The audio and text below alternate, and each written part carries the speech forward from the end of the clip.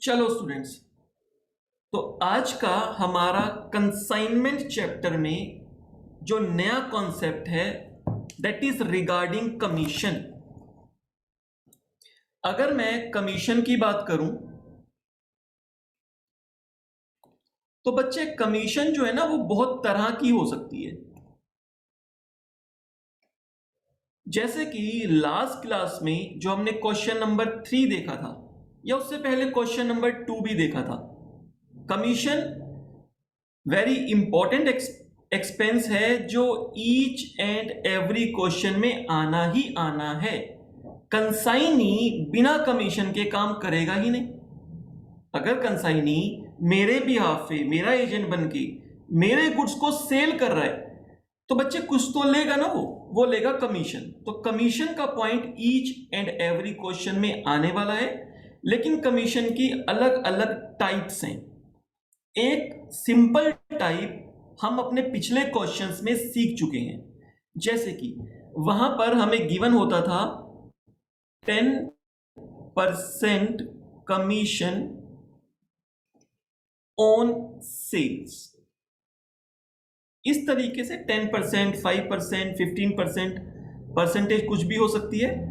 जो मेन चीज है समझने की कि ऑन सेल्स, सेल्स पर कमीशन है 10%।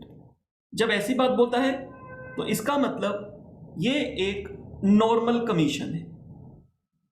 इसका नाम, इसकी जो कैटेगरी है उसका नाम मैं बनाऊंगा नॉर्मल कमीशन। ये नॉर्मल कमीशन है कि 10% कमीशन ऑन सेल्स। और अच्छे से ध्यान रखना है यहां पर सेल्स का मतलब क्या है। यहां पर सेल्स का मतलब है cash sale plus credit sales, यानी कि टोटल सेल्स। जब भी क्वेश्चन में इस तरह गिवन होगा 10% कमीशन ऑन सेल्स, तो ये कैश पर है या क्रेडिट पर है, ये टोटल पर है। हमेशा टोटल सेल पर लेना है इसको। जब तक क्वेश्चन में स्पेसिफिकली ना बोले, मान लो इस क्वेश्चन में बोल देता 10% कमीशन ऑन क्रेडिट सेल, तो फिर क्या करते हम बताओ। हम ऐसा थोड़ा ना बोलते एग्जामिनर नहीं हम तो टोटल पे निकालेंगे, ऐसा नहीं कर सकते। अगर क्वेश्चन में स्पेसिफिकली बोल दिया क्रेडिट सेल पर है तो क्रेडिट सेल पे निकालो, स्पेसिफिकली बोल दिया कैश सेल पर है कमीशन तो कैश सेल पे काउंट करो। सेल्स क्वेश्चन में गिवन होगी। और अगर वो कुछ भी नहीं बोलता है, सीधा कहता है 10% कमीशन ऑन सेल्स, तो उसका मतलब जो हमें समझना है उसका मतलब है टोटल सेल्स। ये तो हो गई एक टाइप कमीशन की, वन टाइप, जहां पर simply total sale, cash cell या क्रेडिट सेल जो भी वो बोलेगा उस पर हम कमीशन कैलकुलेट कर देंगे। आगे चलते हैं, जिसकी हम आज की क्लास में जिस कॉन्सेप्ट की हम बात कर रहे हैं, वो जो कमीशन है उस कमीशन का नाम है del credere commission. Del credere commission, ये डेल क्रेडर कमीशन क्या होती है इसकी थोड़ी सी हम डिस्कशन कर लेते हैं। ये कमीशन क्यों दी जाती है इसकी हम बात कर लेते हैं। देखो बच्चे, कंसाइनमेंट चैप्टर में अगर मैं बात करूं तो हमने समझा था दो मेन पार्टीज हैं, one is consignor and second is consignee. थोड़ी थोड़ी सी आपकी रिवीजन भी होती रहेगी। ये जो है ओनर ऑफ द गुड्स है और ये जो है एजेंट है। तो एक चीज ध्यान से समझनी है कि जब भी किसी प्रोजेक्ट में, किसी भी बिजनेस में जो ओनर होता है ना, उसका रिस्क सबसे ज्यादा होता है और उसका प्रॉफिट भी सबसे ज्यादा होता है। लाइक कि एक पर्सन किसी कंपनी में जॉब कर रहा है, ठीक है, एम्प्लॉय है। अगर उस कंपनी में आग लग गई तो नुकसान एम्प्लॉय भुगतेगा या ओनर भुगतेगा? ओनर बियर करेगा, सिंपल सी बात है ना। एम्प्लॉय कहेगा भैया मेरा क्या लेना देना। ओनर बोलेगा एम्प्लॉय को देखो आपको भी सैलरी मिल रही थी ना, तो देखो आग लग गई है, आप भी कुछ यहां पर बियर करो। एम्प्लॉय कहेगा मैंने तो जो अपना काम किया उसकी सैलरी मिल रही है, प्रॉफिट तो आप कमा रहे थे, ह्यूज प्रॉफिट हो रहे थे आपको, आप कमा रहे थे, अगर लॉस हो गया तो वो भी आप बियर करो। सिंपल सी बात है, जो ओनर होता है अल्टीमेट रिस्क एंड रिवॉर्ड ये दोनों उसके होते हैं।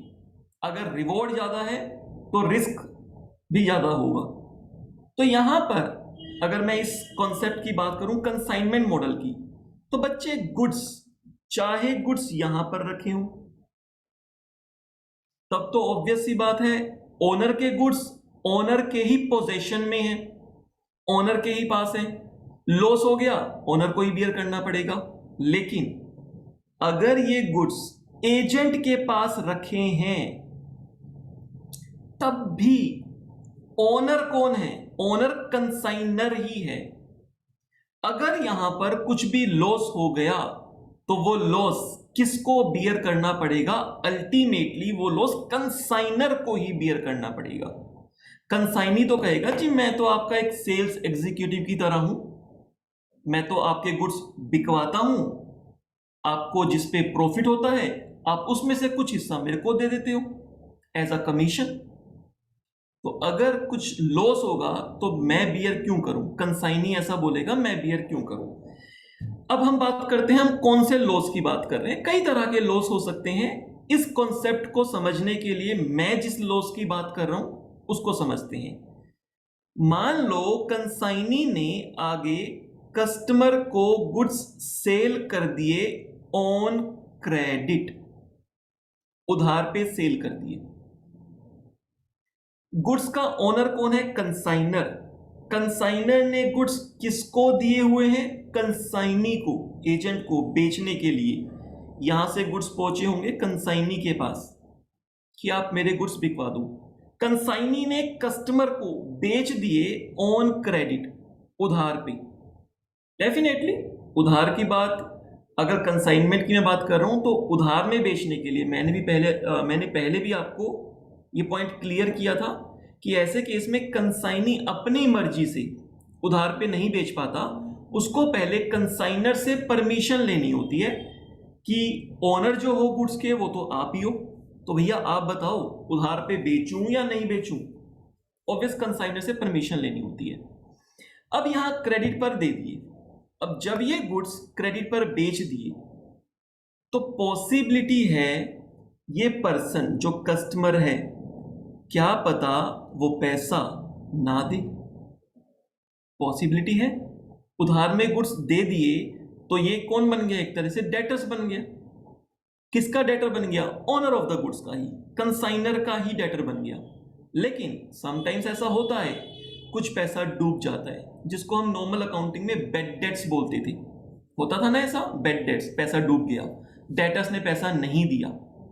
तो इस बिजनेस में भी ये एक बहुत बड़ा रिस्क है कि क्रेडिट पर गुड्स बेचे और वो पैसे वापस नहीं मिलेंगे, और पैसे वापस नहीं मिलने पर एक तरह का लॉस हो जाएगा, जिसको मैं बोल देता हूं bed date risk, bed date loss. पैसा बेड डेट हो गया तो पैसा डूबने का लॉस है, ये एक लॉस हो जाएगा।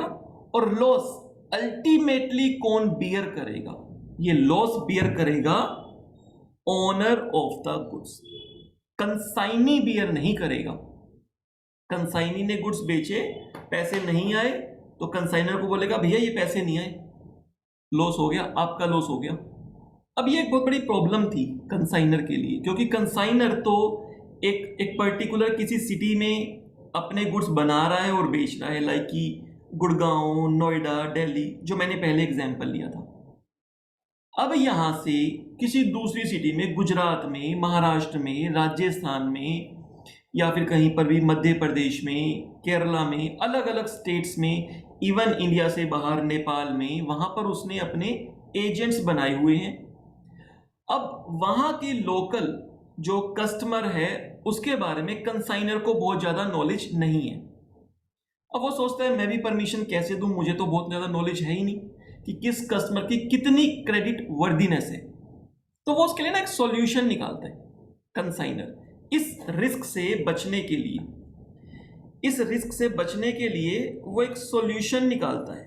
और वो सॉल्यूशन क्या होता है, वो ना एजेंट को लॉस की जिम्मेदारी, इस लॉस की रिस्पॉन्सिबिलिटी, इस लॉस का बर्डन वो कंसाइनी पे डालना चाहता है। वो चाह रहा है अगर मैं किसी तरीके से इस लॉस का बर्डन कंसाइनी पर डाल दूं तो कंसाइनी सोच समझ के उधार पे गुड्स देगा, सोच समझ के देगा, क्योंकि अब अगर डेटर ने पैसे नहीं दिए तो वो लॉस कंसाइनर का होने की बजाय कंसाइनी का हो जाएगा। तो इसलिए वो सोच समझ के बेचेगा और अपनी पूरी कोशिश करेगा, पूरे एफर्ट्स लगाएगा पैसों की रिकवरी करने के लिए, क्योंकि पैसे नहीं मिले तो किसका लॉस हो जाएगा? कंसाइनी का लॉस हो जाएगा। जब तक ये लॉस ओनर का होता था, कंसाइनर का होता था, तो कंसाइनी ना बहुत ज्यादा एफर्ट्स भी नहीं करता था। डेटर से पैसे 2-3-4 बार मांगता था, नहीं मिल रहे तो कंसाइनर को बोलता था नहीं मिले यार, मैंने बहुत ट्राई कर लिया, बहुत भागा दौड़ी की, पुलिस ने भी कंप्लेन की, ये किया वो किया, पर नहीं मिल रहे पैसे, चाहे उसने एक्चुअल में बहुत कम एफर्ट्स लगाए हो। क्योंकि क्या होता है, जब हमारे खुद का लॉस होता है ना, खुद के पैसे डूब रहे होते हैं, तो ऑटोमेटिकली हमारे एफर्ट्स बहुत बढ़ जाएंगे। जब मेरा कोई लॉस नहीं हो रहा, किसी और का लॉस हो रहा हो, तो शायद मैं उतने एफर्ट्स नहीं लगा पाऊंगा, कहूंगा मेरा क्या जा रहा है इसमें, वो देखेगा अपने आप। क्लियर? तो कंसाइनर चाहता है मैं किसी तरीके से ये लॉस का बर्डन कंसाइनी पर दे दूं, पर कंसाइनी भी समझदार है, ऐसे कैसे वो बर्डन ले लेगा, तो कुछ ना कुछ तो रास्ता निकालना पड़ेगा। तो कंसाइनर ना लालच देता है। वो लालच क्या देता है?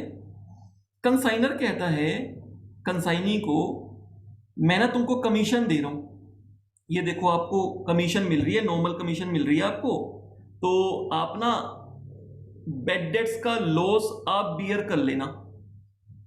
कंसाइनी कहेगा पागल समझा है क्या, ये तो मुझे वैसे भी मिल रही है नॉर्मल कमीशन, तो सेल करने पे तुम दे ही रहे हो, ये तो अदरवाइज भी दे रहे हो, जब बेड डेट्स का लॉस तुम बियर कर रहे थे तब भी तो नॉर्मल कमीशन मेरे को मिल रही थी, तो इसमें क्या बड़ी बात है।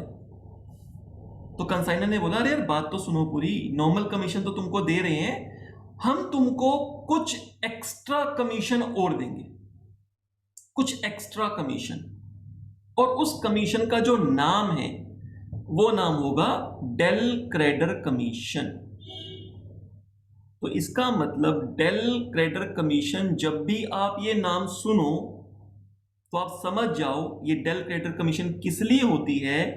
बेड डेट्स के जो लॉस होता है, बेड डेट्स के लॉस को ट्रांसफर करने के लिए, अपने ऊपर से बर्डन खत्म करके इस लॉस का किसी दूसरे पर्सन पे बेड डेट्स का लॉस हमने डाल दिया, तो उस केस में ये डेल क्रेडर कमीशन दी जाती है।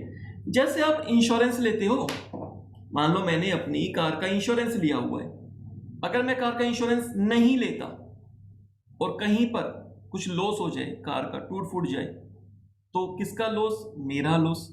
लेकिन अगर मैंने इंश्योरेंस लिया हुआ है तो इंश्योरेंस लेकर मैंने क्या कर दिया, अपना लॉस या फिर फ्यूचर लॉस मैंने ट्रांसफर कर दिया इंश्योरेंस कंपनी पे, कि अब अगर लॉस होगा तो इंश्योरेंस कंपनी बियर करेगी। लेकिन इंश्योरेंस कंपनी फ्री फंड में थोड़ा ना बैठी हुई है कि हाँ सारे अपना लॉस मेरे ऊपर ट्रांसफर कर दो। इंश्योरेंस कंपनी कहेगी भैया बदले में मुझे कुछ दो, और वो क्या लेती है? Insurance premium. तो ये बिल्कुल आप इसको इंश्योरेंस प्रीमियम की तरह ही समझ सकते हो कि कंसाइनर ने अपना लॉस खत्म करने के लिए बेड डेट्स का लॉस, डेटर वाला, और कोई लॉस नहीं, कई तरह के लॉस हो सकते हैं, हम समझेंगे।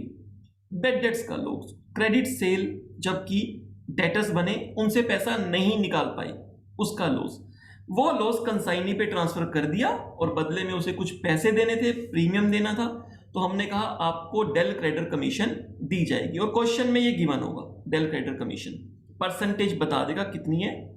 ध्यान रखना अब जो जरूरी बात बोलने जा रहा हूं, जब भी क्वेश्चन में डेल क्रेडर कमीशन दी होगी और ये नहीं बताया कि ये कैश सेल पर है या क्रेडिट सेल पर है ना, क्योंकि सेल तो कैश सेल और दोनों क्रेडिट सेल दोनों हो सकती हैं।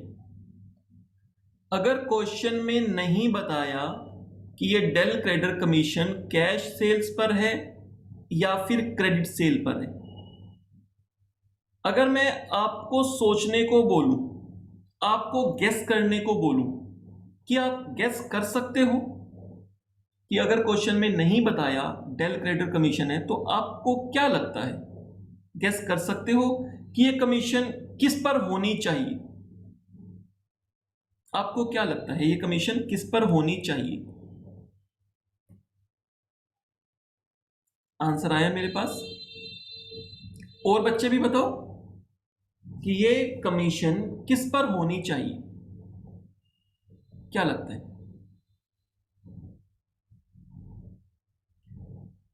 आंसर आ रही क्रेडिट सेल पर। देखो लगता हमको यही है सही, क्योंकि बेड डेट्स कैसे होगा? जो डेटर्स हैं, जब डेटर्स पैसे नहीं देंगे, और डेटर्स कैसे बनते हैं? डेटर्स बनते हैं क्रेडिट सेल से। भाई कैश सेल में कोई रिस्क थोड़ना है, कैश सेल का रिस्क थोड़ना है, रिस्क तो क्रेडिट सेल का है। क्रेडिट सेल से डेटर्स बने वहां रिस्क है, तो क्रेडिट सेल पर हम उसको कमीशन दे सकते हैं। लेकिन गैस आपका सही है, क्रेडिट सेल पर ही होना चाहिए, लेकिन थियोरेटिकली क्वेश्चन के अंदर जब भी आपको डेल क्रेडिटर कमीशन बोली होगी वो cash sale plus credit sale इन दोनों को मिलाकर उस पर लेनी है, जब भी आपको डेल क्रेडिटर कमीशन दी होगी। अब आपको लग रहा होगा सर थोड़ा सा इलॉजिकल सा लग रहा है, थोड़ा सा इलॉजिकल सा है, लेकिन थियोरेटिकली चीजें थोड़ी सी अलग होती हैं। थियोरेटिकली जब क्वेश्चन में कुछ भी नहीं कहा तो कैश प्लस क्रेडिट सेल है, लेकिन इससे बहुत ज्यादा फर्क पड़ता नहीं है। क्यों नहीं पड़ता है समझो। मेरे पास एक ऑप्शन है कि मैं कहूं क्रेडिट सेल पर आपको कमीशन दे दी जाएगी, डेल क्रेडिटर कमीशन, और वो होगी 10%। या दूसरा मैं उसको यूं कहूं कि आपको ना टोटल सेल पर कमीशन देंगे, टोटल सेल पर, और टोटल सेल पे आपको डेल क्रेडिटर कमीशन मिलेगी से 2%। तो कंसाइनर भी समझदार है, कंसाइनर ने उसको थोड़ा सा लालच दिया कि ठीक है क्रेडिट सेल पे नहीं, आप बस रिस्क बियर कर लो बेड डेट्स का, टोटल सेल पर ही हम आपको और कमीशन दे देंगे, लेकिन वो कमीशन की परसेंटेज उस हिसाब से रख लेते हैं, कम रख लेते हैं, और जब देना हो सिर्फ क्रेडिट सेल पे तो कमीशन की परसेंटेज बढ़ा देता है। तो इस तरीके से भी चालाकियां की जाती हैं, है ना। वो बात है ना, कान चाहे यहां से पकड़ो चाहे घुमा के पकड़ो, बात ही की है। लेकिन आपको थियोरेटिकल पॉइंट ऑफ व्यू से क्वेश्चन के लिए ये ध्यान रखना है, जब भी क्वेश्चन में डेल क्रेडिटर कमीशन आएगा और स्पेसिफिकली नहीं बताया कि क्रेडिट सेल पर है या टोटल सेल पर है, दो ही चीजों पर बन सकती है, या तो टोटल सेल पर या फिर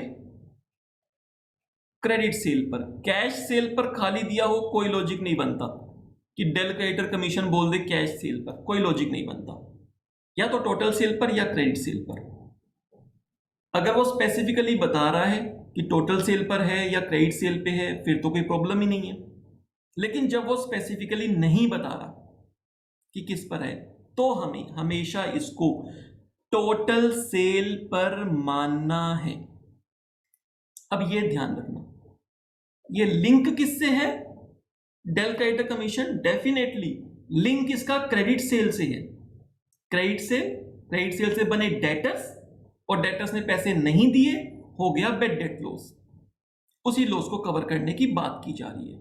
लिंक क्रेडिट सेल से है, लेकिन जब कमीशन के बारे में स्पेसिफिकली नहीं बोला होगा तो आपको टोटल सेल पर लेनी है, राइट। तो एक कमीशन की टाइप हमने और समझी जिसका नाम है डेल क्रेडिटर कमीशन। तो जब भी वो बेड डेट्स लॉस के लिए बोले कमीशन दी जाएगी तो आप समझ जाओगे ये डेल क्रेडिटर कमीशन है, और जब वो बोले डेल क्रेडिटर कमीशन है क्वेश्चन में तो भी समझ जाओगे डेल क्रेडिटर कमीशन मतलब बेड डेट्स लॉस के लिए बोली जा रही है। क्लियर है? चलो तो अब हम चलते हैं एक नेक्स्ट क्वेश्चन पे, जहां पर हमने लास्ट क्लास में जो कॉन्सेप्ट किया था वैल्यूएशन ऑफ क्लोजिंग स्टॉक का वो भी डील कर लेंगे, और इस डेल क्रेडिटर कमीशन को भी डील कर लेंगे। देखो इस क्वेश्चन में सेम क्वेश्चन है, सेकंड भी सेम था, उसमें मैंने क्लोजिंग स्टॉक नहीं रखा, सारा स्टॉक बेच दिया, 10 के 10,000 नोटबुक बेच दी। थर्ड क्वेश्चन सेम था, लेकिन वहां पर एक चेंज किया, सिर्फ क्लोजिंग स्टॉक डाल दिया। फोर्थ क्वेश्चन भी सेम है, एक चेंज किया, डेल क्रेडिटर कमीशन भी डाल दी। क्लियर? तो क्वेश्चन सेम है, ताकि आप समझ जाओ कि बाकी सब चीजें सेम है। जब एक पॉइंट चेंज हुआ क्लोजिंग स्टॉक का या कमीशन का, तो कैसे डील करते हैं, राइट? तो आपकी प्रैक्टिस अच्छी हो जाएगी। चलो अब मैं चलता हूं क्वेश्चन की तरफ और हम इस क्वेश्चन को डील करते हैं। इस क्वेश्चन की रिक्वायरमेंट क्या है? अगर आप रिक्वायरमेंट पढ़ोगे तो शो कंसाइनमेंट अकाउंट। बच्चे ये हर क्वेश्चन में मांगा होगा। And Veeru's personal account. Veeru's personal account का मतलब कंसाइनी का अकाउंट। अगर कंसाइनी का अकाउंट मांग रहे हैं तो वैसे कंसाइनर की बुक में ही मांगेगा। अगर कंसाइनर का अकाउंट मांग रहा है तो वो कंसाइनी की बुक में मांगेगा। इन the books of Dhiru, Dhiru यानी कंसाइनर, कंसाइनर की बुक में कंसाइनी का अकाउंट बना दो और कंसाइनमेंट अकाउंट बना दो, ताकि हमें प्रॉफिट लॉस पता चल जाए और कंसाइनी का बैलेंस पता चल जाए, राइट? ये दो इंपॉर्टेंट चीजें होती हैं कंसाइनमेंट में, जो कंसाइनर को चाहिए होती हैं। तो इस क्वेश्चन को स्टार्ट करते हैं। सबसे पहले हम बनाएंगे कंसाइनमेंट अकाउंट। एक बार मैं देखता हूं मेरे पास इसका फॉर्मेट अगर रखा है तो इसका फॉर्मेट ले लेते हैं।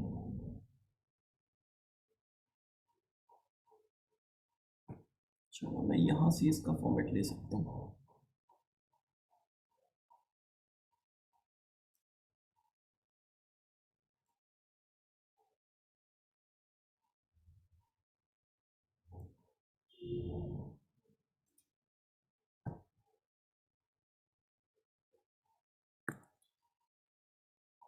टेक्नोलॉजी के यूज से थोड़ा सा काम आसान हो जाता है,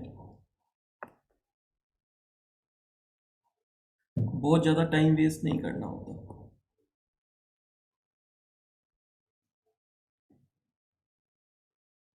कोई भी एक लेजर उठा लो और ऊपर नाम चेंज कर दो।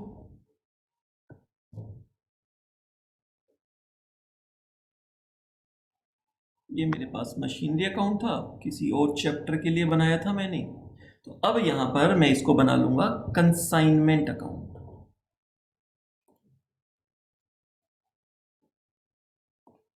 Consignment account in the books of consignor. और यहां पर हमारा जो कंसाइनर है वो है धीरू, और एक मुझे बनाना है कंसाइनी का अकाउंट, और जो कंसाइनी है उसका नाम है वीरू। तो वीरूज अकाउंट या वीरूज पर्सनल अकाउंट, ये भी किसकी बुक में ही बनेगा? ये भी कंसाइनर की बुक में ही बनेगा, द बुक्स ऑफ धीरू। ये दो चीजें पूछिए, क्लियर? और ये अब आपको अच्छे से क्लियर हो ही गया है। कंसाइनमेंट से कंसाइनर अपना प्रॉफिट या लॉस जानना चाहता है, कंसाइनमेंट में उसको क्या प्रॉफिट लॉस हुआ, और इस अकाउंट से वो ये जानना चाहता है कि जो मेरा कंसाइनी है उससे मेरा लेन देन क्या है। अब फाइनली क्लोजिंग बैलेंस क्या है, पैसा कितना लेना है कितना देना है, वो जानना चाहता है। चलो तो हम स्टार्ट करते हैं इस क्वेश्चन को। और सबसे पहले Dhiru of Gujarat sent 10,000 notebooks costing ₹40 each to Viru of Bangalore. वैसे तो पिछले वाले क्वेश्चंस में ही हम एक चेंज कर सकते थे, लेकिन अच्छा है शुरू से करेंगे तो आपका जो थोड़े बहुत अगर डाउट्स हैं तो वो दूर हो जाएंगे। छोटी सी रिवीजन भी समझ लो आपकी हाथ के हाथ ही होती जा रही है। तो सबसे पहले बच्चे आता है to goods sent on consignment. Journal entry भूल मत जाना क्या बनती है, जर्नल एंट्री से हमने ये पोस्टिंग की थी। जर्नल एंट्री हुआ करती थी consignment account debit to goods sent on consignment, तभी यहां पे गुड्स सेंट ऑन कंसाइनमेंट आ गया और 10,000 पीसीस या 10,000 नोटबुक्स सेंड की गई है। अमाउंट हो जाएगा 4 lakh rupees. 10,000 notebooks at the rate 20 each or 40 each at rupees 40 each, 4 lakh rupees की गुड्स सेंड कर दिए। आगे चलते हैं, आगे धीरू के एक्सपेंसेस हैं freight insurance loading. Freight insurance loading, वैसे तो अब मैं यहां पर आप समझ रहे होगे, जब भी कंसाइनर एक्सपेंस करता है तो टू कैश या फिर टू बैंक अकाउंट, ये कंसाइनर के एक्सपेंस हैं। आप जितने भी एक्सपेंस है नीचे उसके नाम लिख दोगे। वैसे तो अब मैं आपको समझाने के लिए टोटल भी लिख ही सकता हूं, क्योंकि आप समझ चुके हो कैसे कैसे नाम इसके डालने हैं। चलो एक आधा क्वेश्चन में मैं इसके और लिख देता हूं। आगे के क्वेश्चन में मैं सीधा एक्सपेंस लिख दूंगा, क्योंकि अननेसेसरी रिपीटेशन होगा और ये तो लेबर वर्क हो जाएगा। टोटल भी डाल दूंगा तो भी ठीक है, लेकिन बेस्ट प्रेजेंटेशन है कि आप एक्सपेंस लिख देना लेजर में।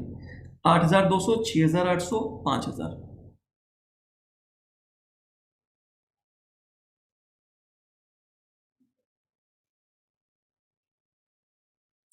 बच्चे टोटल एक्सपेंस 20,000 के थे, मेरे को याद भी है। कंसाइनी के टोटल 22,000 के थे। सेकंड क्वेश्चन भी किया था, थर्ड क्वेश्चन भी किया था। यहां पर तो हमने कोई चेंज किया ही नहीं मैंने क्वेश्चन में। चलो थर्ड, जब भी एक्सपेंसेस कंसाइनी करता है तो कंसाइनी के एक्सपेंस के लिए हम क्या लिखते हैं? कंसाइनी का नाम, to Veeru's, to Veeru's account. ये कंसाइनी के एक्सपेंसेस के लिए हैं। 5 तरह के उसके एक्सपेंसेस थे। Octroi cartage rent, octroi cartage godown rent, I think selling expense और establishment. Correct, selling expense and establishment.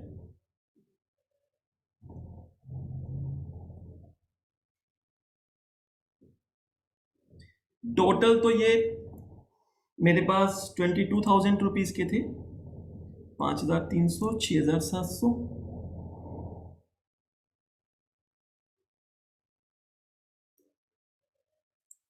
7,500, 500 रुपए। और एस्टेब्लिशमेंट एक्सपेंस है बच्चे 500 पर मंथ, 500 पर मंथ। और 4 मंथ्स का कंसाइनमेंट था। ये देखो 4 मंथ्स का कंसाइनमेंट था। एस्टेब्लिशमेंट एक्सपेंस 500 पर मंथ थे, तो टोटल हो जाएंगे 2,000 रुपए। तो 22,000 रुपए के टोटल एक्सपेंस थी। अच्छा, एक चीज मैं आपको और बताता हूं कि जब हम सेल लिखने के बाद कमीशन निकालते हैं तो कमीशन भी क्या है? कंसाइनमेंट के लिए एक्सपेंस ही है। कंसाइनर ने कंसाइनी को कमीशन पे करना है, कंसाइनर के लिए तो एक्सपेंस ही है, कंसाइनमेंट का एक्सपेंस है। तो गुड्स की कॉस्ट और सारे एक्सपेंस ये हमारे डेबिट साइड पे आते हैं। तो डेबिट साइड में कमीशन के लिए मुझे टू वीरूज अकाउंट डालना होता है। टू वीरूज अकाउंट की वीरू को देने हैं, अभी दिए नहीं है। तो आप चाहो तो प्रेजेंटेशन के लिए, अमाउंट में कोई चेंज नहीं आएगा, प्रेजेंटेशन के लिए कमीशन यहां पर भी लिख सकते हो, कमीशन। क्योंकि अदरवाइज भी मैं इसके बाद टू वीरूज अकाउंट ही लिखूंगा, टू वीरूज अकाउंट और वीरू में कमीशन। तो आप चाहो तो यहां पर भी लिख सकते हो कि एक्सपेंसेस के और कमीशन की ये दोनों अमाउंट हमने वीरू को देने हैं। इसमें भी बना सकते हो, दोनों प्रेजेंटेशन ठीक है, जैसे आपका मन करे वैसे आप लिख लेना, कोई फर्क नहीं पड़ता। बट अगर हमें डेट्स दी हैं, डेट्स अलग अलग हैं, तो डेफिनेटली फिर तो हमें अलग डेट को एंट्री करनी होगी, राइट? मैं अलग ही लेके चलता हूं।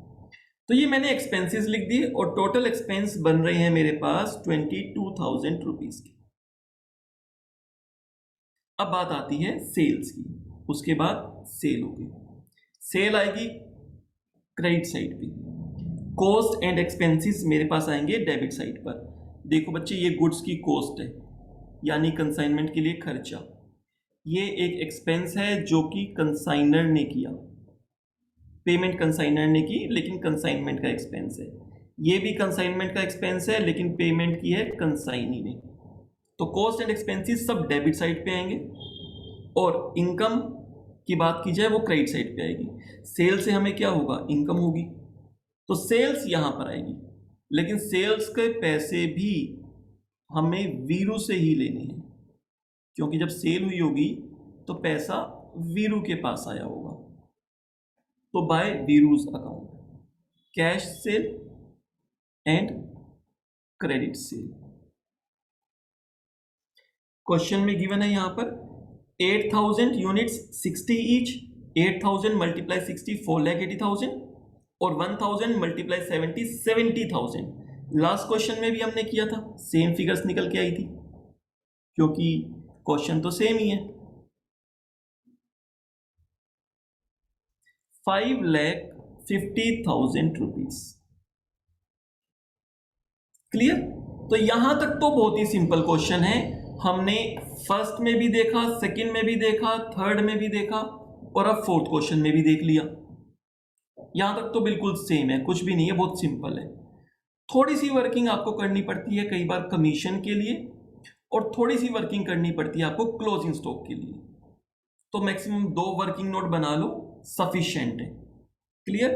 तो सबसे पहले कमीशन एंड देन हम क्लोजिंग स्टॉक।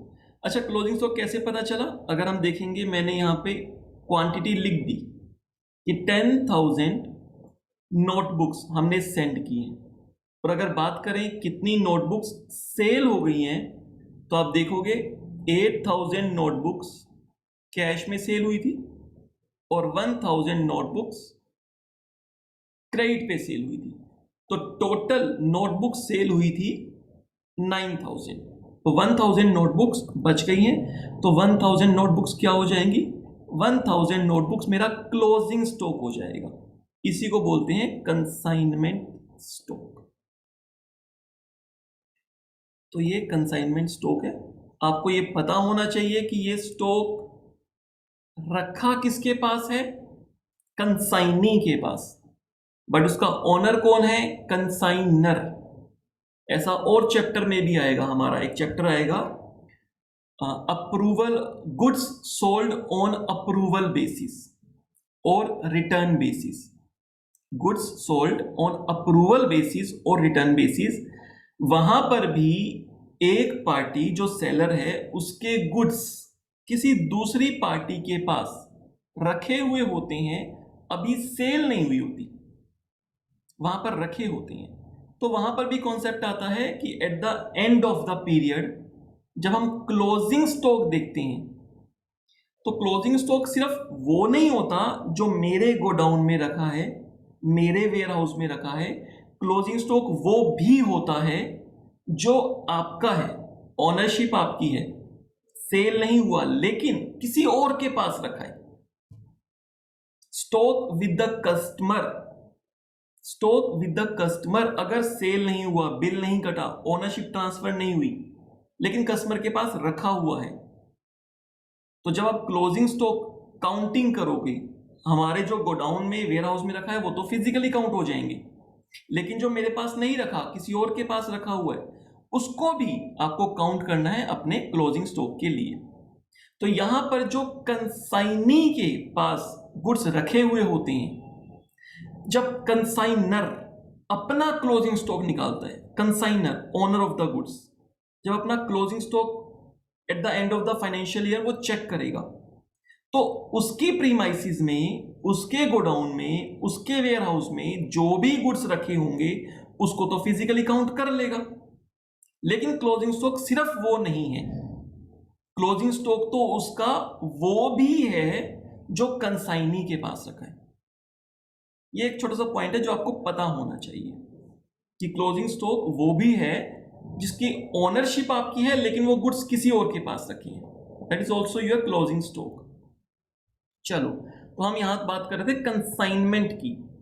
तो कंसाइनी के पास जो भी स्टॉक रखा हुआ है, अगर 9,000 यूनिट्स हमारी सेल हो गई हैं, तो इसका मतलब 1,000 यूनिट्स, 1,000 नोटबुक्स अभी कंसाइनी के पास रखी हुई हैं, तभी जाके दोनों साइड इक्वल होगी। और ये वाला कॉन्सेप्ट हमने लास्ट क्लास में काफी डिटेल में किया था, पूरी क्लास इस पर लगाई थी हमने राइट। अब आज भी करेंगे, आपकी रिवीजन हो जाएगी, थोड़ा जल्दी हो जाएगी। तो एक तो आ जाएगी बात कंसाइनमेंट स्टॉक की, जो वैल्यू मुझे अभी निकालनी है। अभी इस वैल्यू को मुझे कैलकुलेट करना है, क्या होगा। जैसे ही सेल की बात हो जाती है, सेल तो हो गई है, तो हाथ के हाथ कमीशन ड्यू हो जाती है कंसाइनी की टू वीरूस अकाउंट। अभी तक जो हमने क्वेश्चन किए थे वहां पर एक नॉर्मल कमीशन हुआ करती थी। यहां पर मैं बात करूं तो नॉर्मल कमीशन भी है और एक डेल क्रेडिटर कमीशन भी है। क्लियर। तो यहां पर मैं इसका भी वर्किंग नोट बना लूंगा। ये वीरू को देने हैं कमीशन। एक वर्किंग नोट मैं ये बना लेता हूं और एक वर्किंग नोट मैं कंसाइनमेंट स्टॉक के लिए बना लेता हूं। तो ये दो वर्किंग नोट मैं बना लेता हूं, दोनों की वैल्यू निकल जाए और मेरा क्वेश्चन कंप्लीट, मेरा कंसाइनमेंट अकाउंट कंप्लीट हो जाएगा, प्रॉफिट एंड लॉस निकल जाएगा। और कंसाइनी अकाउंट की बात करूं तो उसमें तो कुछ है ही नहीं, कॉपी पेस्ट है। कंसाइनमेंट अकाउंट में जहां जहां वीरू डेबिट में है, उसको वीरू के अकाउंट में वहां पर क्रेडिट में ले जाऊंगा, और जो मेरा कंसाइनमेंट में क्रेडिट में है वीरू, उसको मैं वीरू के अकाउंट में डेबिट में ले जाऊंगा। और सबके लिए यूज करूंगा कंसाइनमेंट अकाउंट, यानी सेल के लिए टू कंसाइनमेंट, एक्सपेंसेस और कमीशन के लिए बाय कंसाइनमेंट, और बैलेंस निकल गया। राइट। तो सबसे पहले मैं कमीशन कैलकुलेट करता हूं। इस अकाउंट की मुझे यहां पर जरूरत नहीं है, इस अकाउंट को हटा देते हैं।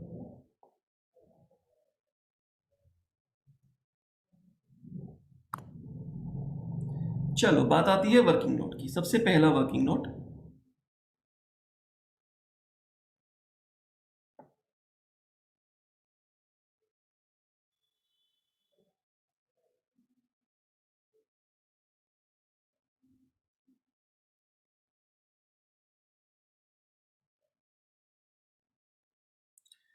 सबसे पहले कमीशन कैलकुलेट कर रहा हूं मैं। वर्किंग नोट 1,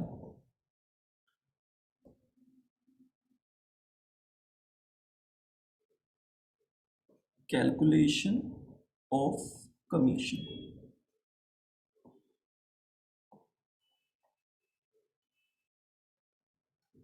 तो फर्स्ट जो यहां पर कमीशन है वो है नॉर्मल कमीशन।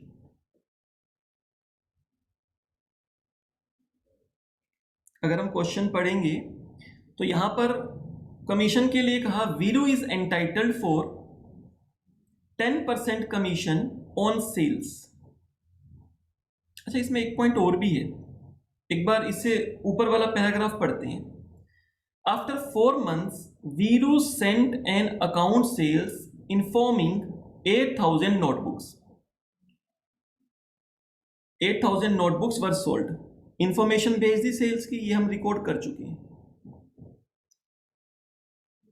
ये सेल्स की इंफॉर्मेशन, सेल्स का अकाउंट, सेल्स का रजिस्टर सेंड किया था। 8,000 नोटबुक्स सेल हुई थी कैश में 60 rupees per unit. 1,000 notebooks cell हुई थी 70 रुपीज ईच क्रेडिट पे, हमने ये लिख लिया। लेकिन ध्यान रखो, जब भी डेल क्रेडिटर कमीशन की बात की जाएगी तो डेल क्रेडिटर कमीशन जनरली, है ना, कब होगी? हमेशा जब कहीं ना कहीं कोई क्रेडिट सेल होगी, क्रेडिट सेल होती होगी, तभी वहां पे रिस्क होगा पैसे डूबने का। राइट।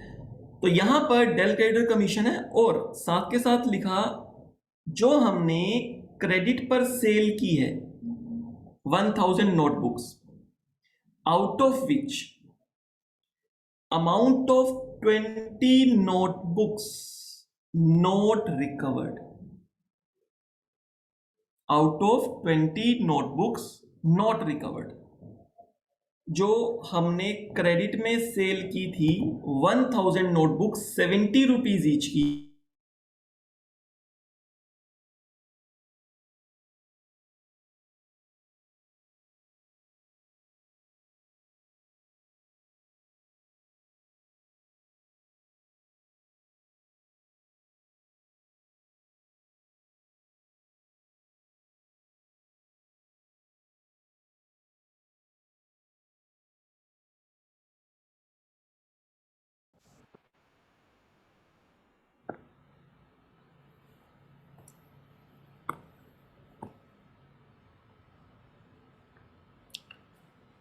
आई थिंक कुछ शायद नेटवर्क इशू आया था, अभी ठीक है, करेक्ट।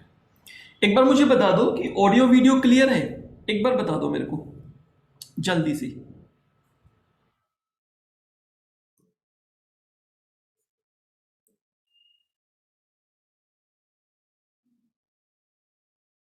ठीक है, डन।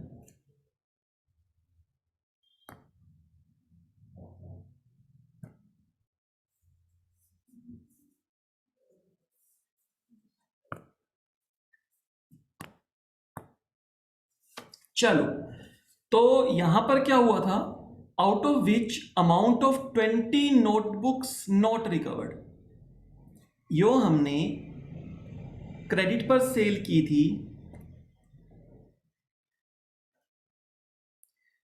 20 नोटबुक्स, जो क्रेडिट पर सेल की थी उसमें से 20 नोटबुक्स का अमाउंट रिकवर नहीं हुआ। क्रेडिट पे बच्चे सेल की थी हमने 70 रुपीज पर यूनिट, 70 रुपए की एक यूनिट, तो यानी कि 1400 रुपए, 1400, 1400 रुपए रिकवर्ड नहीं हो पाई। जो हमने क्रेडिट सेल की है 1400 रिकवर नहीं हो पाई। अब देखो, वैसे तो अगर ये 1400 रिकवर नहीं हो पाए, ये लॉस किसका है? अगर पैसे रिकवर नहीं हो पाए तो ये लॉस किसका है? ये लॉस है कंसाइनर का, ये लॉस बनेगा कंसाइनर का। जब भी बैड डेट्स होगा तो कंसाइनर का ही लॉस होगा, लेकिन कंसाइनर चाहे तो पहले ही कंसाइनी के साथ एक एग्रीमेंट कर सकता है, उसको कुछ लालच दे सकता है डेल क्रेडिटर कमीशन का, कि आपको डेल क्रेडिटर कमीशन मिलेगी, और उसके बाद बैड डेट्स का सारा लॉस आपका। तो जब भी ऐसा क्वेश्चन आएगा, सबसे पहले आपको यह चेक करना है कि यहां पर क्या कुछ बैड डेट्स हुआ, क्या कोई ऐसा अमाउंट है जो रिकवर नहीं हुआ? यस, बैड डेट्स 1400 रुपए। अब ये डिसाइड करना है कि ये 1400 रुपए का लॉस अल्टीमेटली किसके ऊपर जाएगा, इसका बर्डन क्या कंसाइनर के ऊपर जाएगा या कंसाइनी के ऊपर जाएगा? कंसाइनर के ऊपर या कंसाइनी के ऊपर। और ये कैसे पता चलेगा कि बर्डन किसके ऊपर जाएगा? ये क्वेश्चन में आपको पढ़ना है क्या डेल क्रेडिटर कमीशन गिवन है। अगर क्वेश्चन में आपको डेल क्रेडिटर कमीशन गिवन है तो इसका मतलब कंसाइनर ने बैड डेट्स का जो लॉस है उसका बर्डन ट्रांसफर कर दिया किसके ऊपर? कंसाइनी के ऊपर। और अगर क्वेश्चन में आपको डेल क्रेडिटर कमीशन नहीं दिया हुआ कि कंसाइनर कंसाइनी को कोई भी एक्स्ट्रा कमीशन नहीं दे रहा, तो इसका मतलब जो डेटर से बैड डेट्स का होने वाला लॉस है वो कंसाइनर को ही बियर करना है। क्लियर? जो भी बैड डेट्स हो गए मतलब एक लॉस हो गया, ये 1400 रुपए का एक लॉस हो गया। अब ये लॉस किसकी पॉकेट पे बर्डन आएगा? कंसाइनर पे या कंसाइनी पे? दोनों से हमारी अकाउंटिंग ट्रीटमेंट में थोड़ा चेंज आएगा। अगर मैं कहता हूं कि ये बर्डन आया कंसाइनर पर, अगर ये बर्डन कंसाइनर पर आया तो ये लॉस हो गया कंसाइनमेंट के लिए, और कहां चला जाएगा?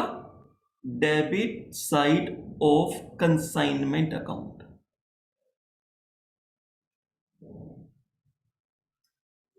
क्योंकि कंसाइनमेंट कंसाइनर के लिए जो भी एक्सपेंस हुए, जो भी कॉस्ट हुई, जो भी लॉस हुआ, वो सारा का सारा कहां चला जाएगा? डेबिट साइड पे। प्रॉफिट एंड लॉस अकाउंट ही तो है consignment account, profit and loss account ही तो है।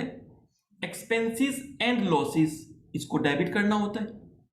तो ये लॉस अगर कंसाइनर की पॉकेट पर आया तो ये कहां जाएगा? ये जाएगा बच्चे कंसाइनमेंट अकाउंट में, यानी कि यहां पर। इधर मुझे इसको लॉस लेना होता, मुझे डेबिट साइड पर इसको बुक करना होता। कैसे बुक करेंगे? आगे जब इस पर क्वेश्चन आएगा जहां डेल क्रेडिटर कमीशन नहीं होगी और बैड डेट्स हो रहा होगा तो मैं आपको बताऊंगा। अभी के लिए इस क्वेश्चन में तो डेल क्रेडिटर कमीशन है, तो ये लॉस का बर्डन कंसाइनर पर है ही नहीं, कंसाइनर ने अपने इस लॉस को बचा लिया, तभी तो उसने कुछ एक्स्ट्रा कमीशन दिए, राइट। तो अगर मैं इस क्वेश्चन की बात करूं तो इस क्वेश्चन में ये जो लॉस है, ये लॉस कंसाइनी के ऊपर शिफ्ट कर दिया, ट्रांसफर कर दिया कंसाइनी के ऊपर। कैसे कैसे ट्रांसफर किया? डेल क्रेडिटर कमीशन देके 2%। तो अब ये कंसाइनी इसको बियर करेगा, कंसाइनी के अकाउंट में जाएगा, उसको जब अपनी इनकम निकालेगा वो कि उसको इतनी कमीशन मिली, तो वो चाहे तो इस लॉस के बर्डन को जो उसने बियर किया था उसको माइनस कर देगा। अब ये 1400 रुपए जो लॉस हुआ, आप ये समझ लो, अब अगर हमने डेल क्रेडिटर कमीशन दे दी कंसाइनी को, तो कंसाइनर तो पूरे पैसे लेगा, चाहे पैसे डूब गए तब भी।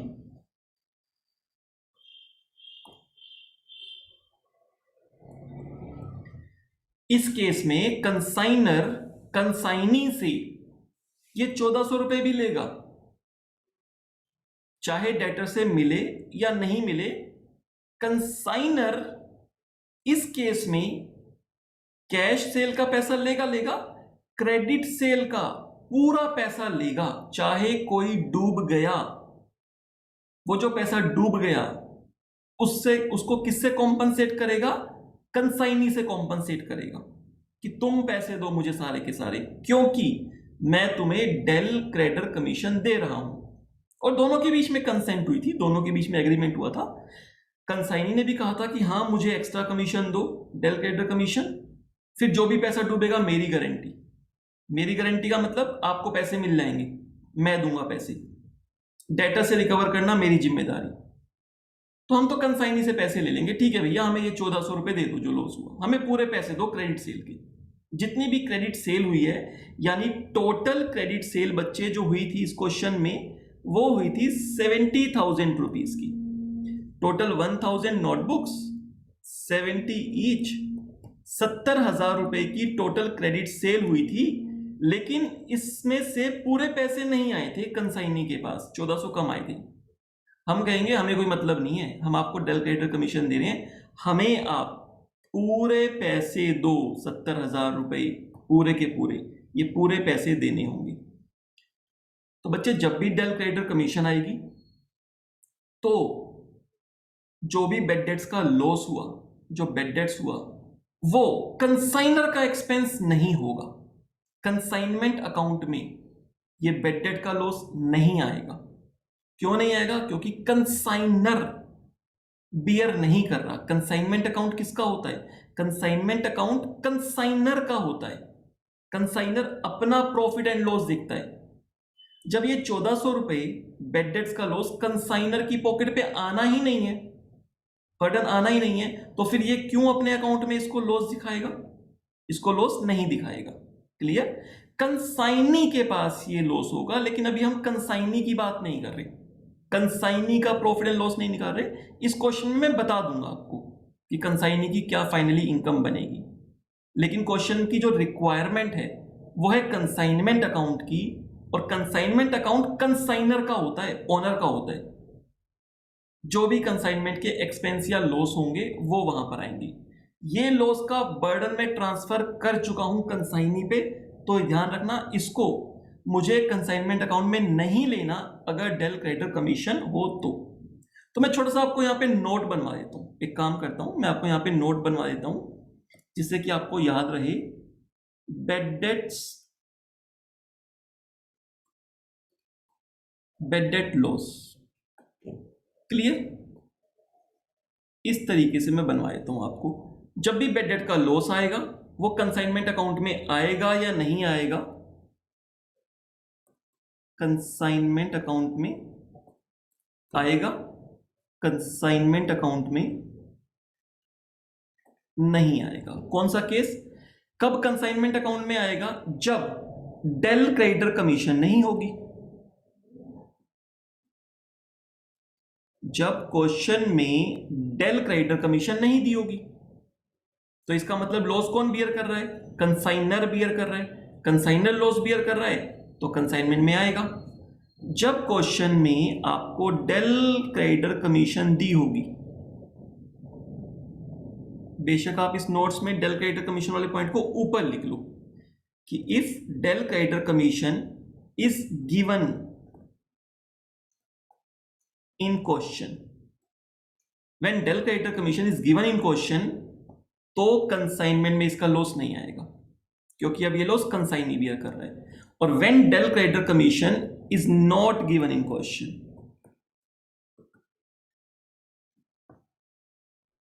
आपको क्वेश्चन में डेल क्रेडिटर कमीशन नहीं दी हुई है तो इसका मतलब बेड डेट्स का लॉस किसी पर ट्रांसफर, किसी पर शिफ्ट नहीं किया जा रहा, कंसाइनर ही, ओनर ही इस लॉस को बियर करेगा।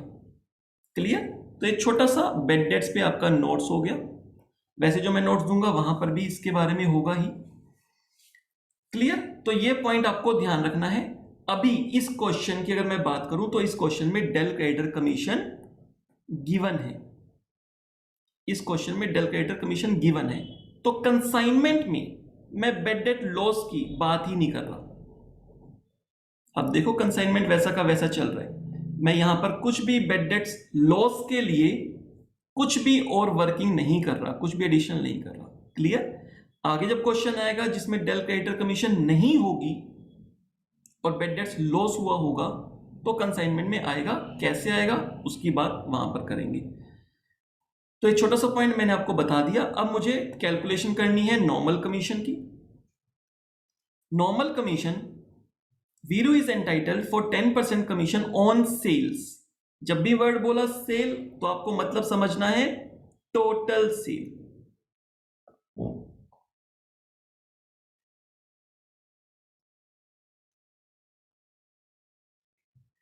To percent del creditor commission, और कुछ नहीं बताया कि ये क्रेडिट सेल पर है या टोटल सेल पर है, नहीं बताया। और जब भी वो नहीं बताएगा तो हमें मानना है ये टोटल सेल पर है। क्लियर?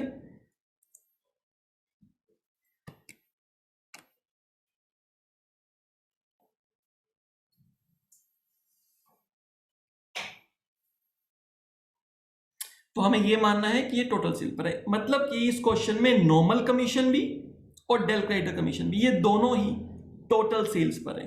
और टोटल सेल्स कितनी है क्वेश्चन में गिवन है 5,50,000 रुपीज। तो नॉर्मल कमीशन की बात करूं 5,50,000 रुपीज, इसका 10% ये आएगा बच्चे 55,000 रुपीज। और सेकंड, इस क्वेश्चन में डेल क्रेडिटर कमीशन भी है और ये भी इस क्वेश्चन में टोटल सेल पर है। आपको समझाने के लिए मैंने दोनों कमीशन अलग अलग निकाल ली, लेकिन जब ये दोनों कमीशन सेम ही वैल्यू पर हो, यानी कि टोटल सेल पर हैं दोनों, 550 पर है, तो जब ये टोटल वैल्यू पे हो तो आप कंबाइन करके भी निकाल सकते हो। 10 + 2 सीधा 12% निकाल लो, आंसर सही आएगा आपका। जब ये सेम वैल्यू पर हो तो आप टोटल करके भी कैलकुलेट कर सकते हो, यानी कि सीधा 5,50,000 का आप 12% भी निकाल लेते तो भी 66,000 ही आता। लेकिन ये सिर्फ तब जब दोनों ही टोटल सेल पर है। अगर इस क्वेश्चन में del creditor commission credit sale पर होती तो फिर आपको सेपरेट निकालना होता। क्लियर? तो इसका ध्यान रखना है। अब मैंने कमीशन कैलकुलेट कर ली, तो कमीशन कैलकुलेट हो गई तो एक पॉइंट तो मेरा सोल्व हो गया, 66,000 रुपीज। अब मेरे पास एक वर्किंग नोट और रह गया और वो है क्लोजिंग स्टॉक का। जल्दी से इसका भी मैं वर्किंग नोट बना देता हूं।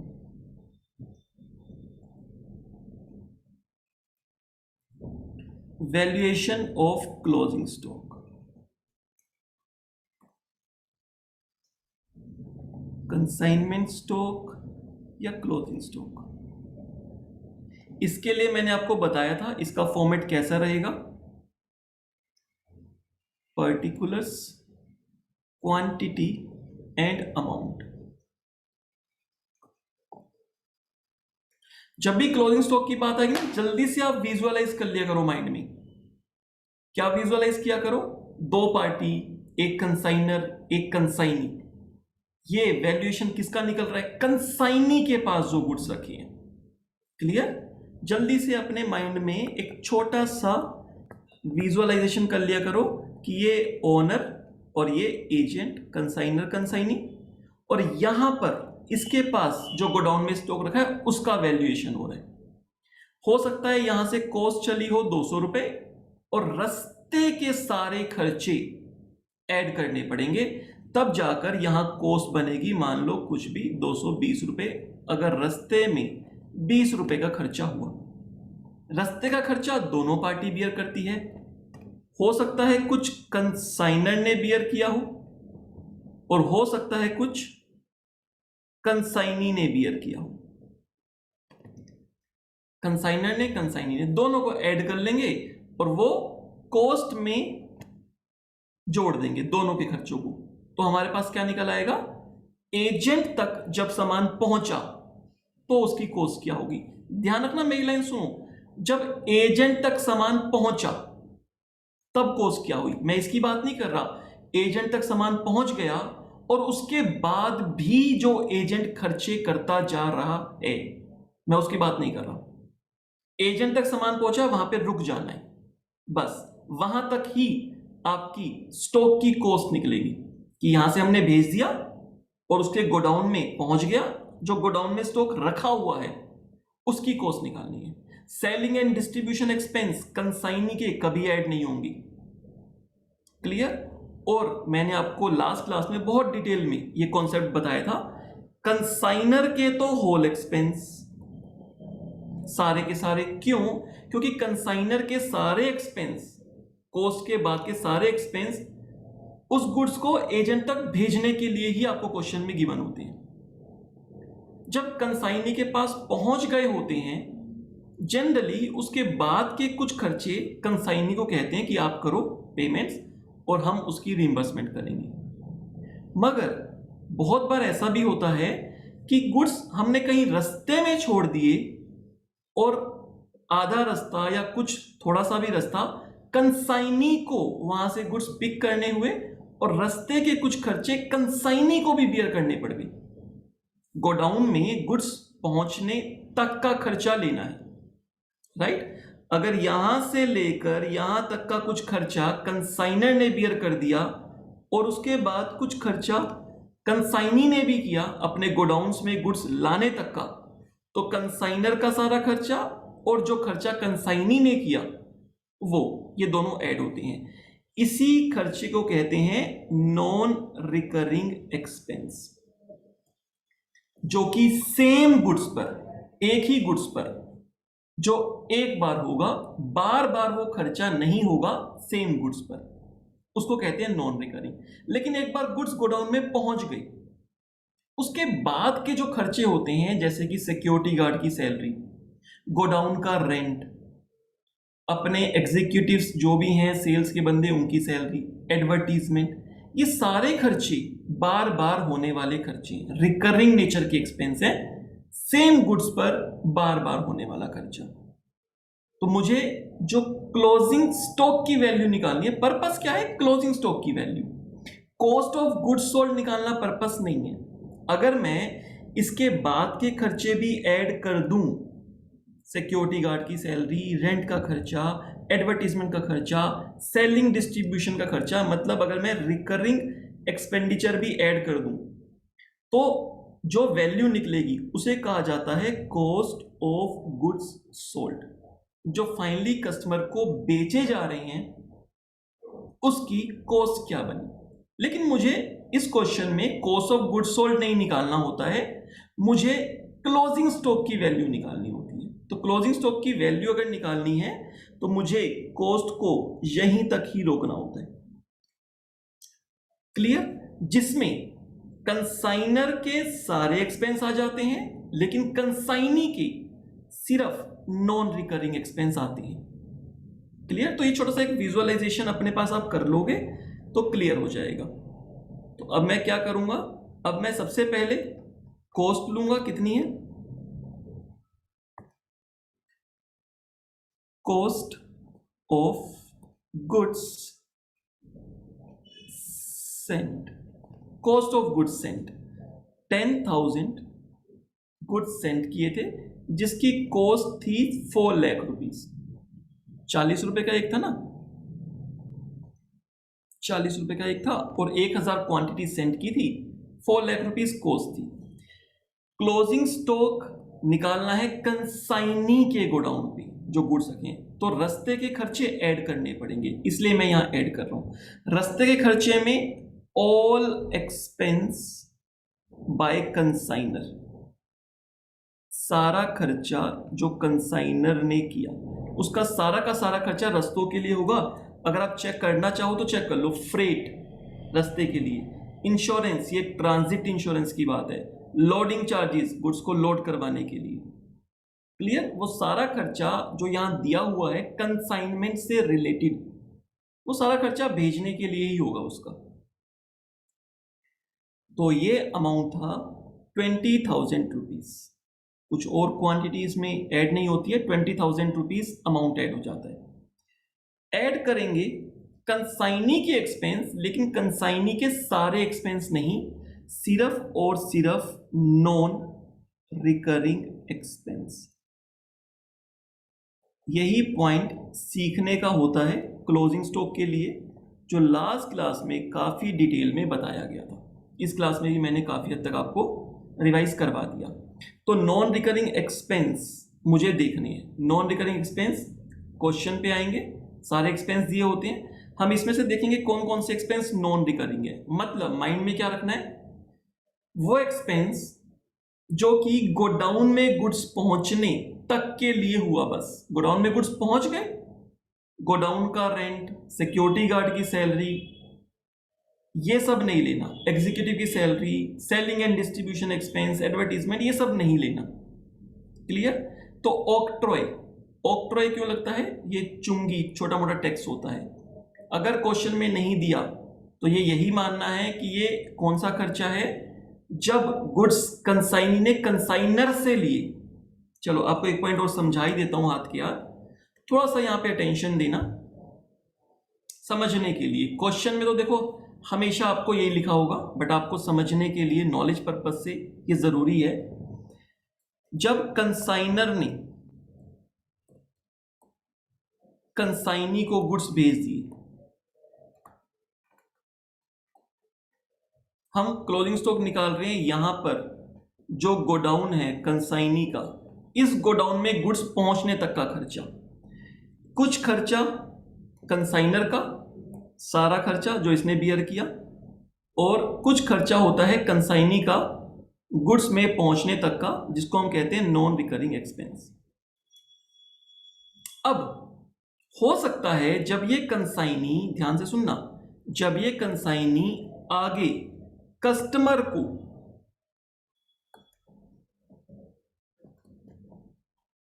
गुड्स सेल कर रहा हो और रस्ते का कुछ खर्चा कंसाइनी ने बियर किया कस्टमर को भेजने के लिए, फ्रेट किया, ऑक्ट्रॉय किया, लोडिंग किया, अनलोडिंग किया, ये खर्चा भी तो कर सकता है।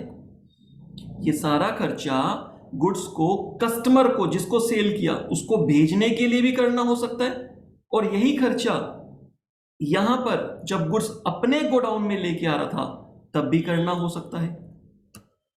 तो यहां पर जो नॉन रिकरिंग एक्सपेंडिचर की बात की जा रही है, for the purpose of calculating closing stock, for the purpose of calculating closing stock, तो क्या लेना चाहिए बच्चे, for the purpose of calculating closing stock, यहां जो गुड्स रखे हैं गोडाउन में उसकी वैल्यूएशन निकाल रहा हूं मैं, जो गोडाउन में रखे हैं।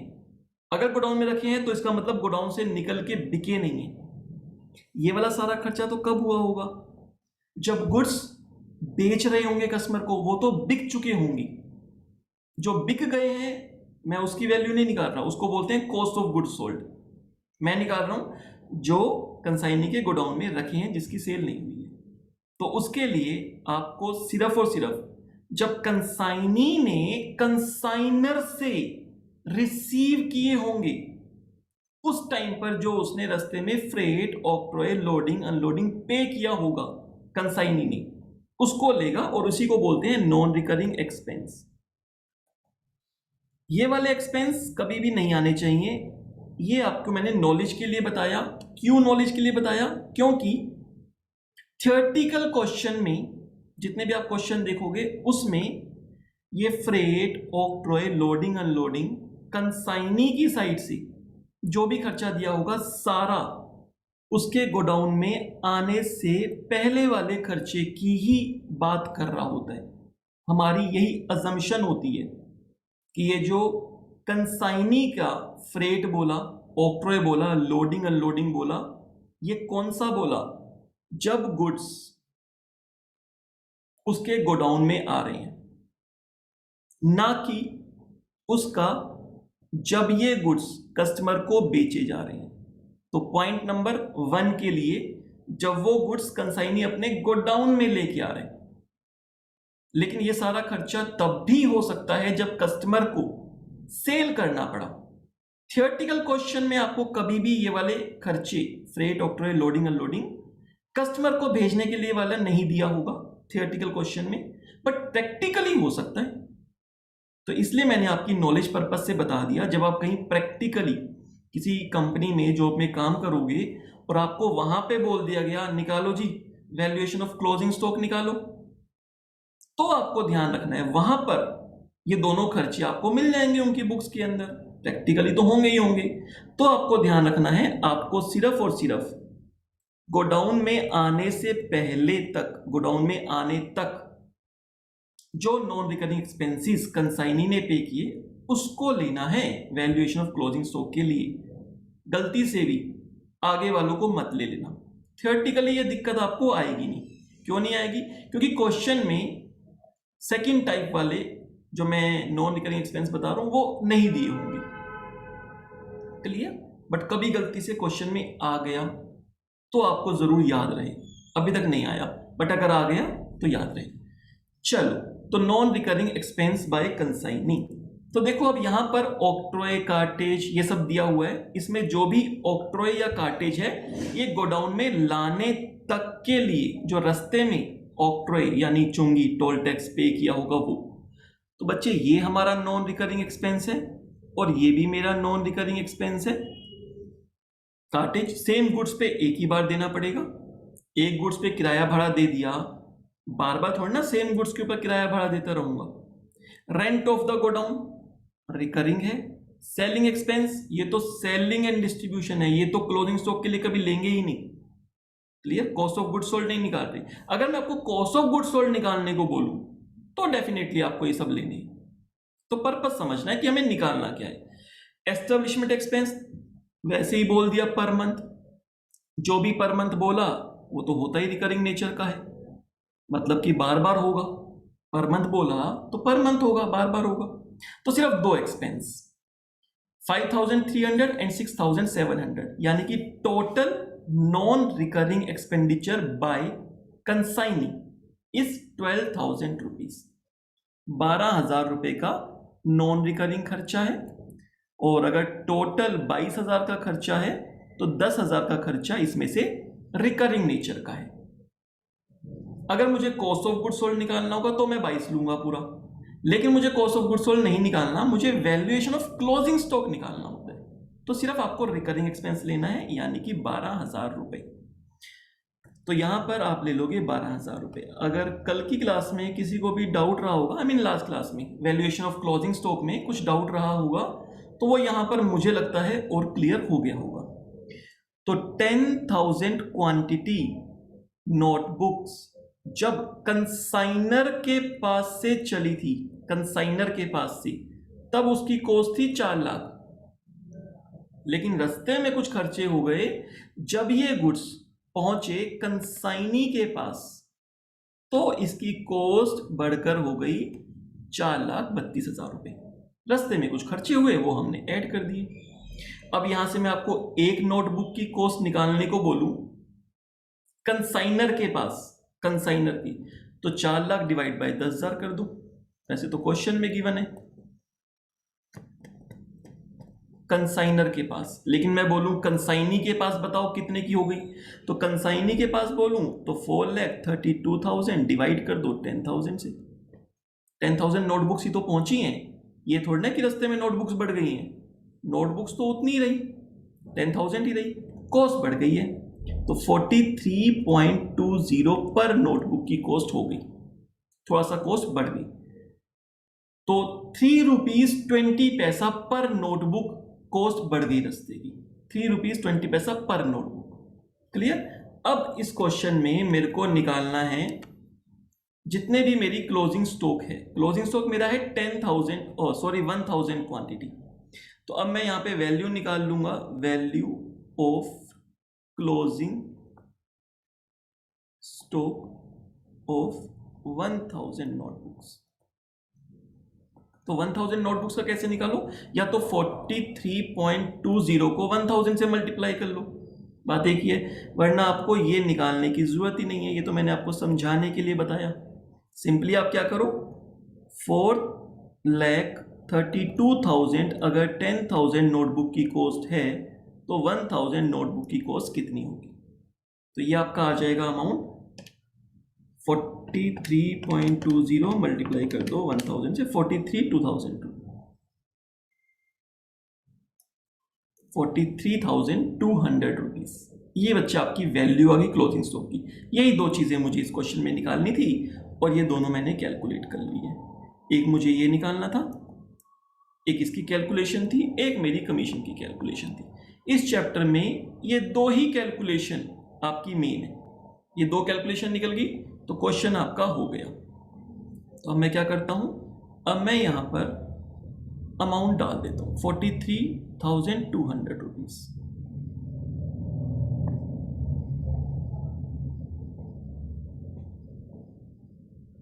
अब मेरा बच्चे क्वेश्चन जो है वो कंप्लीट हो चुका है, अब मैं अपना प्रॉफिट या लॉस निकाल सकता हूं। लास्ट क्वेश्चन की बात मैं अगर करूं, क्वेश्चन नंबर 3 की, उससे इसमें क्या चेंज आया, एक डेल क्रेडिटर कमीशन एक्स्ट्रा थी तो वो खर्चा बढ़ गया। लास्ट क्वेश्चन में ये 55,000 का होगा सिर्फ नॉर्मल कमीशन वाला, लेकिन यहां पर because of del creditor commission 11,000 रुपए का खर्चा मेरा डेल क्रेडिटर कमीशन का बढ़ गया था और ये पूरा नीचे वर्किंग नोट बना हुआ है, तो कमीशन जो है वो थोड़ी सी ज्यादा हो गई, एक्सपेंस थोड़ा सा बढ़ गया। ऑल्दो यहां पर लॉस भी हुआ था, बेड डेट्स का लॉस, लेकिन वो बेड डेट्स का लॉस कंसाइनर ने बियर नहीं करना, वो बेड डेट्स का लॉस कंसाइनी ने बियर करना है, तो इसलिए कंसाइनमेंट में उसको लेने की जरूरत थी ही नहीं। तो यहां पर हम निकाल लेंगे, अच्छा 4th तो मेरी सेल हुई थी ना, तो 5th मेरा हो गया था कमीशन का पॉइंट, 6 मेरा हो गया था क्लोजिंग स्टॉक,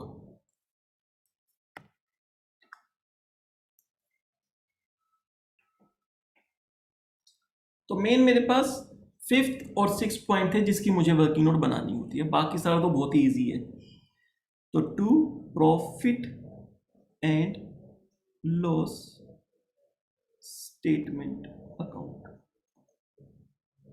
यहां पर अभी मैंने वैसे चेक किया ही नहीं कि प्रॉफिट आएगा या लॉस आएगा, एक बार जल्दी से चेक कर लेते हैं। 5,93,200 रुपीज टोटल मैंने लिख ही दिया है, 4,20,000, 22,000 and 66,000।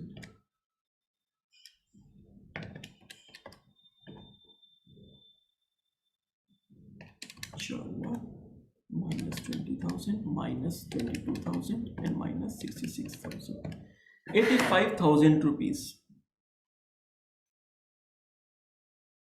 मेरे पास बच्चे प्रॉफिट आ गया। ये प्रॉफिट ट्रांसफर हो जाता है प्रॉफिट एंड लॉस अकाउंट में, ये कंसाइनमेंट पे प्रॉफिट है। क्लियर। तो यहां पर कंसाइनमेंट अकाउंट हमारा कंप्लीट हो जाता है। अब मैं बात करता हूं जल्दी से कंसाइनी अकाउंट की। कंसाइनी अकाउंट करके मुझे आपको बहुत छोटी सी चीज एक बतानी है, वो मैं आपको बता दूंगा। ये तो बच्चे 1 मिनट में बन जाएगा, इसमें तो कुछ है ही नहीं, मतलब लड्डू है ये तो, लड्डू बिना मतलब के। इंस्टीट्यूट आपको ना बिना मतलब के मार्क्स देना चाह रहे हैं, व्यूज अकाउंट बना दो मार्क्स ले लो, अगर आप यहां भी छोड़ दो तो फिर इंस्टीट्यूट बेचारा क्या करे। टू कंसाइनमेंट, जो कंसाइनमेंट में क्रेडिट साइड में था सेल, जो क्रेडिट साइड में सेल थी उसको यहां पर ले आओ, ये सेल्स के पैसे, और जो कंसाइनमेंट में डेबिट में था उसको क्रेडिट में ले आओ, यानी कि बाय कंसाइनमेंट। दोनों को अलग अलग लिखना है तो अलग अलग लिख लो, नहीं तो एक ही बार लिख दो। एक्सपेंसेस कमीशन, एक्सपेंसेस कितने थे 22,000 रुपीज के, और कमीशन कितने की थी, कितना मिली थी 66,000 रुपीज। डेल क्रेडिटर कमीशन भी थी ना यहां पर, तो 66,000 रुपीज। बच्चे ये अकाउंट भी किसकी बुक में बन रहा है, कंसाइनर की बुक में। कंसाइनर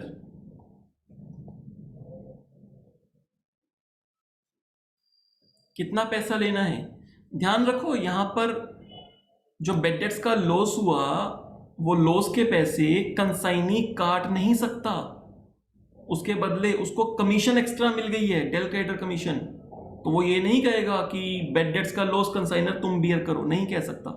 उसको तो पूरे 5,50,000 रुपए कंसाइनर को देने होंगे, चाहे इसमें से रिकवरी करते टाइम कंसाइनी को 1,400 रुपए 1,400 कम मिले, है ना। 70 यूनिट्स के पैसे, 20 यूनिट्स के पैसे, 20 नोटबुक के 70 रुपीज ईच, 1,400 रुपए कम मिले थे, बट स्टिल ये कंसाइनर को पूरे देगा। तो इसलिए पूरे 5,50,000 रुपीज, इसमें से भी कुछ कम नहीं हो सकता। और ये हमारे पास, अब हम बैलेंस निकाल लेते हैं।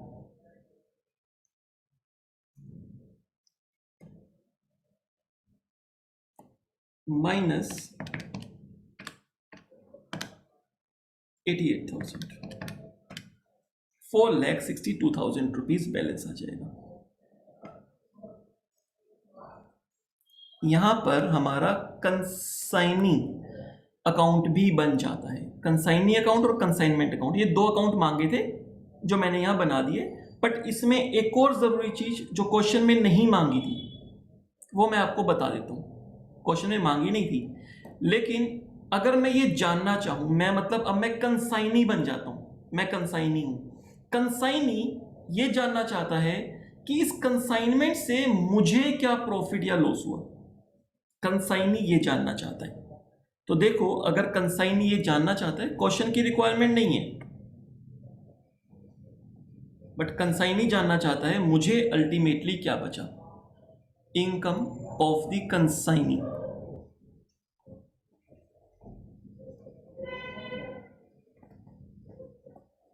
तो कंसाइनी की बच्चे इनकम होती क्या है, कंसाइनी की इनकम तो कमीशन होती है। कुछ उसको नॉर्मल कमीशन मिली, कुछ उसको डेल क्रेडिटर कमीशन मिली, टोटल उसको 66,000 की कमीशन मिली। ये 66,000 कैसे आया, 55,000 की नॉर्मल कमीशन और 11,000 रुपए की डेल क्रेडिटर कमीशन, राइट। लेकिन इसकी वजह से बेड डेट्स का लॉस कंसाइनी को बियर करना पड़ गया था। ये 11,000 रुपए एक्स्ट्रा अगर ले लिए तो इसके लिए बेड डेट्स का लॉस भी कंसाइनी को बियर करना पड़ गया था, जो था 1,400 रुपए का। तो उसकी नेट इनकम की बात की जाए कंसाइनी की, तो कंसाइनी को 66,000 माइनस 1,400 रुपए 64,600 इनकम हो गई है। नेट इनकम की मैं बात करूं, नेट इनकम की बात करूं, क्योंकि ये बेड डेट्स का लॉस 1,400 रुपए अल्टीमेटली उसको कंसाइनर को तो पूरा देना पड़ा, 5,50,000 सेल के पूरे पैसे देने पड़े, लेकिन कंसाइनी को 1,400 रुपए कम मिले थे, तो इसलिए ये लॉस उसको बियर करना पड़ा। उसकी नेट इनकम 64,600 है। तो अगर हम बात करें यहां पर कंसाइनी थोड़ा फायदे में रहा कि उसने 1,400 रुपए का बेड डेट्स का लॉस अपने ऊपर बियर कर लिया, उसके बदले उसने 11,000 रुपए एक्स्ट्रा कमा लिए डेल क्रेडिटर कमीशन, तो नेट वो फायदे में रहा। सिर्फ इस तरह के फायदे से, अदरवाइज उसकी इनकम कितनी होती? अगर वो ये बेड डेट्स का लॉस भी बियर ना करता और डेल क्रेडिटर कमीशन भी ना मिलती, तब तो सिर्फ और सिर्फ उसकी इनकम होती 55,000 रुपीज, और अब उसकी इनकम हो गई 64,600 रुपीज। तो यानी उसकी इनकम 9,600 रुपए और बढ़ गई इस डेल क्रेडिटर कमीशन वाला कॉन्ट्रैक्ट करने से कि बेड डेट्स का लॉस मैं लेने को तैयार हूं। बिजनेस है, एक रिस्क लिया, रिस्क है तो रिवॉर्ड भी है। और ऐसा नहीं है कि इस क्वेश्चन में फायदा हो गया तो हर क्वेश्चन में फायदा होता ही होगा। बिजनेस है जी, रिस्क हो सकता है। यहां तो 1400 रुपए डूबे हैं। अगर मैं यही कहता कि 14,000 रुपए का नुकसान हो गया, 14,000 रुपीज का नुकसान हो गया, अगर मैं ये बोलता, लॉकडाउन हो गया, बिजनेस बंद हो गए, लोगों के पैसे ही नहीं दिए लोगों ने, तो 14,000 रुपए का लॉस हो गया कंसाइनी को, तो उस केस के अंदर उसको डेल क्रेडिटर कमीशन मिली 11,000, लेकिन उसको लॉस बियर करना पड़ गया 14,000, नेट में 3,000 रुपए का उल्टा उसको और लॉस हो गया। वैसे वो 55,000 रुपीज कमाता, इस डेल क्रेडिटर कमीशन लेने की वजह से उसके 3,000 रुपए का उसको लॉस हो गया, नेट में डेल क्रेडिटर कमीशन वाली इनकम और बेड डेट्स का लॉस दोनों को एडजस्ट करने के बाद 3,000 का उसको लॉस और हो गया, तो 52,000 रुपीज ही उसकी इनकम रही। तो लॉस भी हो सकता है, बिजनेस है, रिस्क रिवॉर्ड तो चलता रहता है। क्लियर? तो यहां पर इस क्वेश्चन में मैंने आपको ये वाला पॉइंट मांगा नहीं था, ये मैंने आपको बताया। तो आज की क्लास में हमने एक तो जो लास्ट क्लास में हमने क्लोजिंग स्टॉक किया था उसको मैंने रिपीट कर दिया। सेकेंडली उसके साथ साथ मैंने यहां पर डेल क्रेडिटर कमीशन के बारे में डिस्कस किया, उसको कर दिया, उसका वर्किंग नोट कैसे उसकी कैलकुलेशन होती है। क्वेश्चन में नहीं मांगा था कंसाइनी की इनकम, समझाने के पर्पज से आपको बता दी। और उसके साथ साथ हमने एक और चीज समझी जो आगे क्वेश्चंस में आएगी, बेड डेट्स लॉस कब कंसाइनर का खर्चा बनता है, और खर्चा बनता है तो कंसाइनमेंट में आता है, और कब बेड डेट्स लॉस कंसाइनर का खर्चा नहीं बनता है, कंसाइनर का लॉस नहीं बनता है। और क्योंकि वो कंसाइनर का लॉस नहीं बनता है तो इसलिए वो कंसाइनमेंट अकाउंट में नहीं आता। इस क्वेश्चन में कंसाइनमेंट अकाउंट में नहीं आया बेड डेट्स का लॉस, क्योंकि इस क्वेश्चन में कंसाइनर का लॉस वो बना ही नहीं, लॉस तो ट्रांसफर हो गया था, और उसका बेस क्या है? Del creditor commission. अगर क्वेश्चन में डेल क्रेडिटर कमीशन है तो लॉस ट्रांसफर हो गया, कंसाइनमेंट में नहीं आएगा। और अगर क्वेश्चन में डेल क्रेडिटर कमीशन नहीं है तो इसका मतलब लॉस ट्रांसफर नहीं हुआ, कंसाइनर के ऊपर ही बियर करना पड़ेगा, तो कंसाइनमेंट अकाउंट में आएगा। उस पर बेस क्वेश्चन हम देख लेंगे। तो यहां पे हमारा फोर्थ क्वेश्चन जो है वो कंप्लीट हो जाता है।